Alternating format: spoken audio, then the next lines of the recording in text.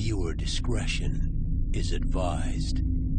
Puppets are something that I've always really liked. I'm not really sure why, but whether it be movies or TV shows, I always find myself drawn to them. There's just something about the use of puppets that really intrigues me. There's a lot of great TV shows starring puppets geared towards toddlers, kids, and families, but what about those ones made specifically for adults? Today I am going to go over 5 puppet television shows made for the adults. Keep in mind that I am not saying adults can't also enjoy shows like The Muppet Show or Fraggle Rock. These are just going to be shows clearly made with the mindset that they're not for kids. These also aren't in any particular order really, because I enjoy them all in different ways. So with that said, let's get into number 5.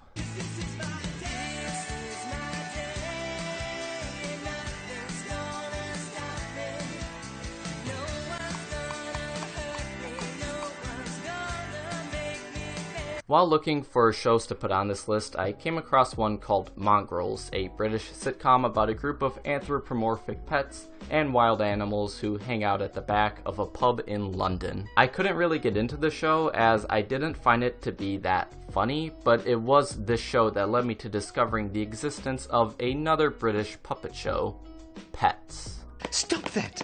Have you no respect for organised religion?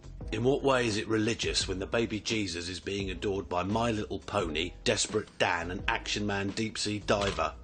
I did the best I could at short notice. Pets aired in 2001 on Channel 4. It ran for 2 series and consisted of 26 total episodes, each running about 11 minutes. The show features 4 pets who all hate one another, living out their everyday lives together under the same roof. The pets are Hamish, a red setter who is the most proper and intelligent of the group, Davina, a Persian blue cat who is both extremely cynical and somewhat psychotic, Trevor, a perverted bulldog who is rather crude and known to hump everything in sight, and then there's JP, a featherless parrot who can best be described as the weird one. He's also my personal favorite. What the fuck are you doing? Sorry, mate. I thought it might help. Might help? In what way? I don't know.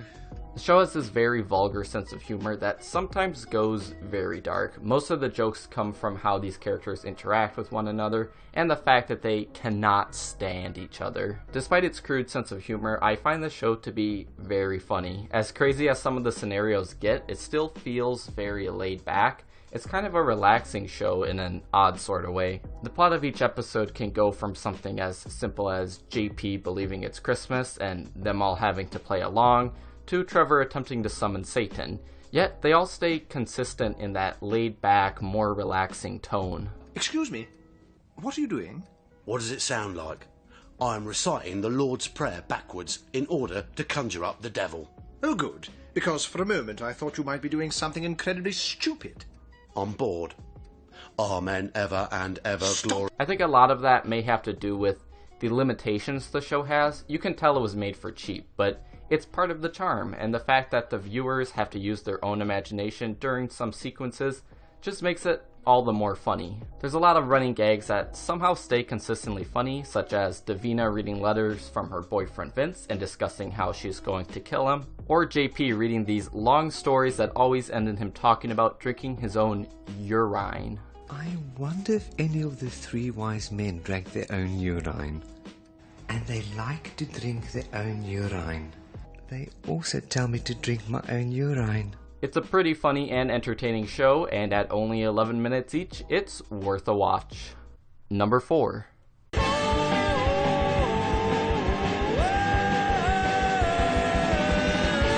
You never know what shows you will find on public access television. It's the home of a lot of really odd productions, but sometimes you'll stumble upon a public access show that's actually pretty good. In this case, one of those shows is Animal Trash. Oh, I just can't stop thinking about what happened last week. Yeah, I know what you mean, man. It keeps replaying in my head, too. Oh, man. I can't wait to eat this cheeseburger. Oh, it's going to be so good. Animal Trash is a show that's difficult to find much information on. I'm not exactly sure where it aired. Judging from the information I gathered from the website, I'm going to assume the first episode aired sometime in 2008. The first episode of the show was uploaded to their YouTube channel in March 2009, as well as the rest of the show shortly after. So the whole thing's free on YouTube, and you have no reason not to watch it. Animal Trash is exactly that. It's a trashy show starring animal puppets and their darkly comedic adventures. Each episode is fairly short and lasts only about 2 to 5 minutes each. The first arc, I guess, of the show is about the main puppets killing a human puppet named Waldo and trying to hide it from the police until ultimately calling over a witch doctor to bring him back to life as a zombie. How much you gonna pay?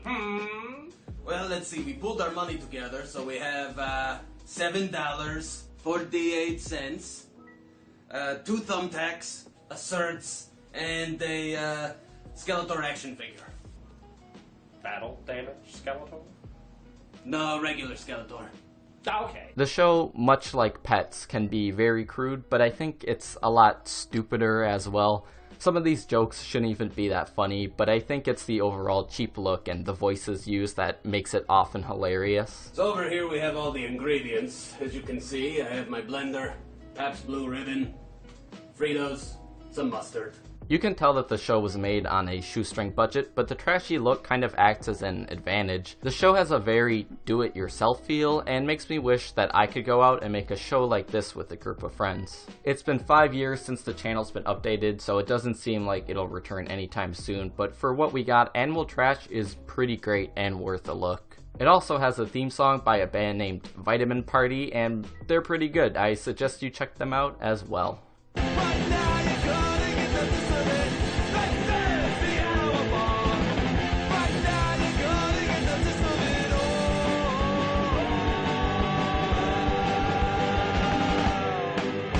Number 3. Today's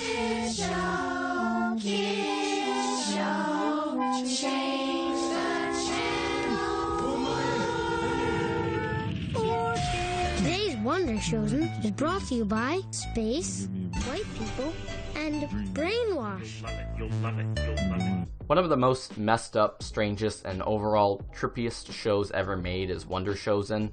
If you're not familiar with Wonder Showzen, prepare to have your mind blown. Wonder Showzen is a sketch comedy show that's basically an extremely offensive version of Sesame Street. It jokes about religion, politics, sex, racism, and other controversial or taboo subjects. Look! The Earth is back together! Wow. Thanks, God. You're the greatest. Loser! It aired on MTV2, and each episode lasts about 22 minutes. The show isn't just about puppets. The majority of it is actually made up of animated segments or kids asking adult questions, much like a children's show like Sesame Street would be. This is not at all for kids, and they make it very clear from the beginning. Before the show starts, you'll be greeted with this message.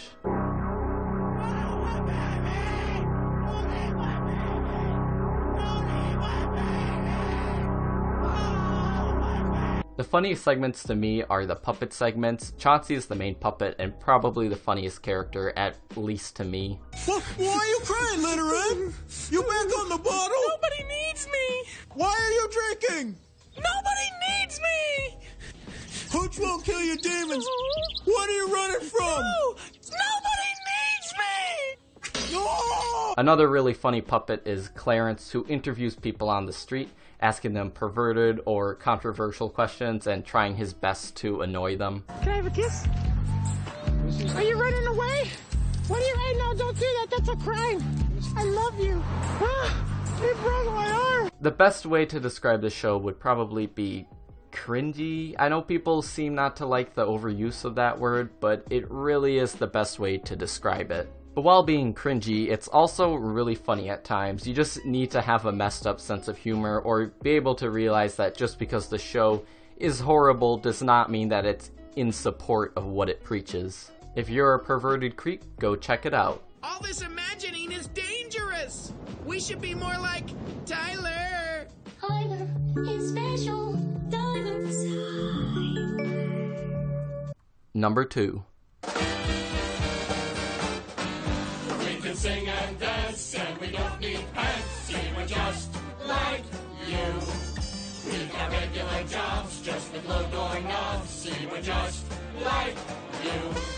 Greg the Bunny is a show with a very interesting history. It started out as a public access television show on cable called Junk Tape. The show is called Junk Tape, and it's like me and the guys, and then we show clips from movies, and it's all in great fun and not at all bad.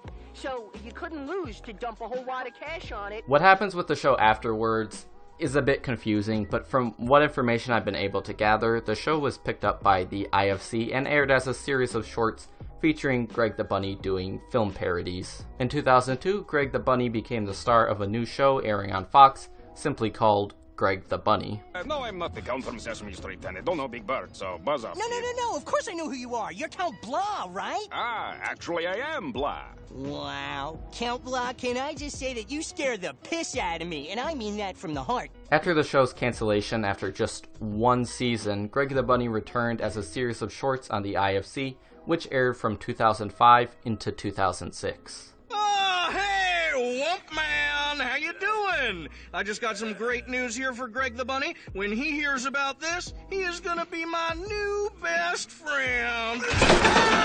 The last thing to come out of Greg the Bunny's success was a spin-off show starring Warren the Ape that aired on MTV. I don't know much about the show itself, but it just feels like a weird choice of character to base an entire show around. For those of you who aren't familiar, Warren is pretty much the lovable jerk of Greg the Bunny, and while he is often funny, giving him his own show is like if Bender from Futurama had his own spin-off. The two series I did manage to check out were the ones on IFC and Fox, and while the IFC show is very good in its own right, I wanted to focus more on the Fox show. The show is about a world in which puppets and people coexist, and puppets are treated as a minority group. Greg becomes the star of a children's TV show called Sweet Knuckle Junction, and each episode follows the crazy adventures he and his friends get into. I just came here to read you a letter from my Uncle Rochester. Read it, boy, read it. Dear everybody, I'm never coming back. Goodbye forever, Rochester. And cut. Oh, son. Yeah. Hey. Oh, Greg! That was fantastic. Oh, come on, people. This is the worst written show ever. It stars big-name actors like Eugene Levy, who makes for a hilarious TV producer, and Seth Green, who you're probably most familiar with from Scooby-Doo 2 Monsters Unleashed. Who's your mommy? My mommy? What I like about this show is it's a lot less raunchier than the other shows on this list.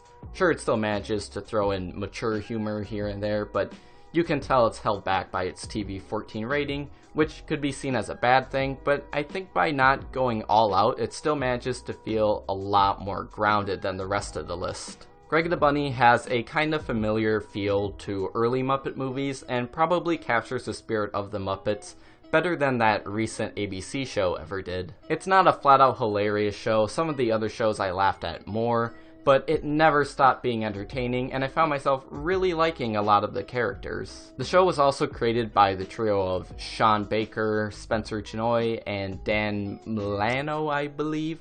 If you haven't heard of Sean Baker before, he's the director of critically acclaimed films such as Tangerine and The Florida Project, which makes it pretty cool that a show like Greg the Bunny was part of his roots. At least, I think so. So of course the show may not have lasted long, but at least its legacy continued with many other shows to come out after it. It's definitely worth a watch, and if you're not a fan of the Fox show, you can always check out the one on IFC and see if that's more your cup of tea. Greg, how hard can this be? Look at your co-star over there. Crayons taste like purple. Number 1. Cuddles the Comfort Doll was created to help people with their problems. Now he's the problem. Buttons the Bear lost a lucrative corporate sponsorship for reasons of moral turpitude. Bill the Ventriloquist Dummy has had 58 partners die in unlikely accidents. Rocco the Dog was a sidekick in a children's TV show until one day he snapped. As a messed up person who loves creepy puppets and horror films, Puppets Who Kill is the perfect kind of show for me. It's a Canadian show that aired on the Comedy Channel in 2004. It's the longest running of any show on this list, lasting a total of 4 seasons, which is pretty good for something so strange. The show follows 4 puppets who have been sent to a halfway house in order to learn the skills they need before they can be released back into society. The puppets consist of Rocco the dog, a smoking dog with contempt for pretty much everyone, Buttons the bear, a consistently successful womanizer, Bill the ventriloquist dummy, a psychotic killer who always gets away with his devious acts, and my personal favorite, Cuddles the comfort doll, who is the most well-mannered and naive puppet of the group. There's also Dan Barlow, the main human character of the show. He's a social worker who attempts to do good, but often finds himself getting involved in trouble caused by the others. Crawl into bed with a corpse. What? Crawl into bed with a corpse. You know, extreme phobia calls for an extreme cure. Well, that's not extreme, that's sick. I think I hear fear talking. This show has that very sitcom-y feel to it. The majority of each episode takes place within the halfway house, though they're not limited, as there's a lot more than just the one location. Much like Always Sunny in Philadelphia, everyone in the show is a horrible person. Well, maybe not Cuddles and Dan most of the time, but they still manage to get caught up in events. Who gives a poo? Who has a potty mouth? Well, I don't have no stinking potty mouth. All right, I'm getting concerned about you, you know. Swearing is the first step to juvenile delinquency.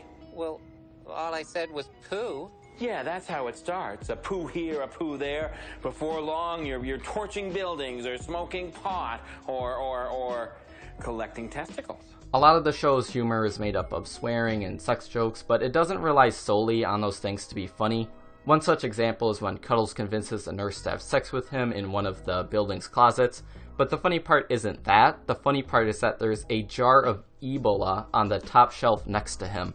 Despite them all being terrible puppets, they somehow still manage to be incredibly likable, like a group of friends you'd like to chill with. I think what makes that work so well is that in most episodes they get some sort of comeuppance for their actions. Again, it's a lot like Always Sunny in Philadelphia. Honestly, the best way I can describe the show is just by saying that it's a lot of fun and doesn't really seem to get the attention it probably deserves. Supposedly, according to the Wikipedia, a movie is in the works, but I can't find anything on it, so I'm just gonna assume it was either canceled or Wikipedia lied again. Overall, this is a show I really do recommend. Anyone who's a fan of puppets or comedy needs to give it a chance. What the? Surprise! Happy Lobotomy Eve, Bill. We heard they were debrainifying you tomorrow, so we decided to celebrate. A lobotomy party? You guys think of everything! So that about wraps it up for my list of puppet TV shows for adults. I hope all of you enjoyed, and I hope to see you all again soon. Goodbye.